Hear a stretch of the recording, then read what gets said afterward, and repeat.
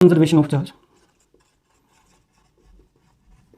Conservation of charge, तो देखो conservation of charge कुछ नहीं है, बस सिंपली ये है कि जो चार्ज है वो ना तो नया पैदा हो सकता है और ना ही वो ख़त्म हो सकता है। तो आप सिंपली इसको ऐसा बोल सकते हैं, the net charge of an isolated system remains constant.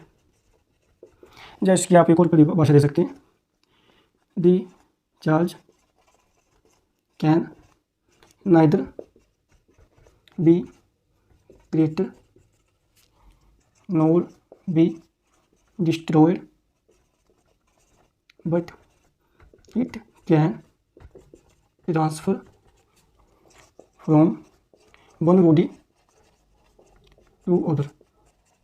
तो देखो जो नेट चार्ज होता है किसी आइसोलेटेड सिस्टम, देखो आइसोलेटेड सिस्टम का मतलब ये होता है कि जो सिस्टम जो उस पर किसी और चीज़ की इन्फ्लुएंस नहीं है, वो मतलब अकेला है, मतलब इस तरह से आप समझ सकते हैं। आइसोलेटेड का मतलब होता है कि जो बिल्कुल अकेला रखा हुआ है, जिस पे जो बाहरी चीज़ें वो प्रभाव ना डाल दी हो। तो देखो जो चार्ज होता है मतलब किसी आइसोलेटेड सिस्टम का, वो कॉन्स्टेंट होता है। जहाँ पे दूसरी परिभाषा के अकॉर्डिंग देखें तो ना ही चार्ज को पैदा किया जा सकता है और ना ही चार्ज को डिस्ट्रॉय किया जा सकता है। हाँ, चार्ज को ट्रांसफर किया जा सकता है एक बॉडी से अनदर बॉडी पे। तो देखो इसको हम ऐसे देख सकते हैं कि जैसे मान लो कि ये मेरे पास एक बॉडी थी और ये दूसरी बॉडी थी। इसके ऊपर मान लो कि 5 इलेक्ट्रॉन थे, 5 प्रोटॉन थे। तो यानी कि इस पर जो नेट चार्ज था 5 इलेक्ट्रॉन थे, है ना, सॉरी 5 प्रोटॉन थे और 5 इलेक्ट्रॉन थे। तो देखो नेट चार्ज कितना था इस पर 0, और इस पर भी मैं मान के चलता हूँ कि 5 प्रोटॉन थे और 5 इलेक्ट्रॉन थे, तो इस पर भी नेट चार्ज कितना था 0। तो देखो उसके बाद मैं क्या करता हूँ कि मैं इन दोनों को रब करता हूँ आपस में, है ना। तो फिर मैं मान के चलता हूँ कि यहाँ से क्या हुआ कि दो इलेक्ट्रॉन उठ के चले गए इस बॉडी पे। तो देखो इस बॉडी पे 2 इलेक्ट्रॉन आ गए ना, तो इस बॉडी पे जो नेट चार्ज हो गया वो कितना हो गया, माइनस का 2 ही चार्ज हो गया ना इस पे, यानी कि इस पे 2 इलेक्ट्रॉन आ गए। और इस पे देखो इसके ऊपर से 2 इलेक्ट्रॉन चले गए, है ना, तो चले गए तो 2 गए ना, तो इस पे कितना चार्ज हो गया नेट +2, है ना।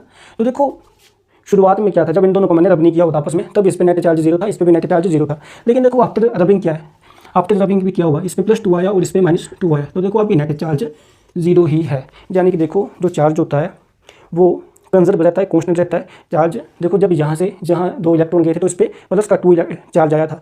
ऐसा तो नहीं हो गया था कि उस पर सिर्फ एक ही इलेक्ट्रॉन का चार्ज आया था, है ना। ऐसा तो नहीं हुआ था कि एक इलेक्ट्रॉन बीच में कहीं खत्म हो गया ना, ऐसा तो नहीं हुआ था। तो देखो यही बोलने का मतलब ये था यहाँ पे कि जब ये बॉडी दोनों अनचार्ज थी या न्यूट्रल थी तब भी इन पे नेट चार्ज 0 था, और जब मैंने इन दोनों को रब किया उसके बाद भी जो नेट चार्ज है पूरे सिस्टम का वो तब भी 0 ही है। तो यानी कि जो चार्ज है वो मतलब ना ही मतलब डिस्ट्रॉय होता है और ना ही वो उसको हम क्रिएट कर सकते हैं। फिर हम तीसरी प्रॉपर्टी की बात करते हैं।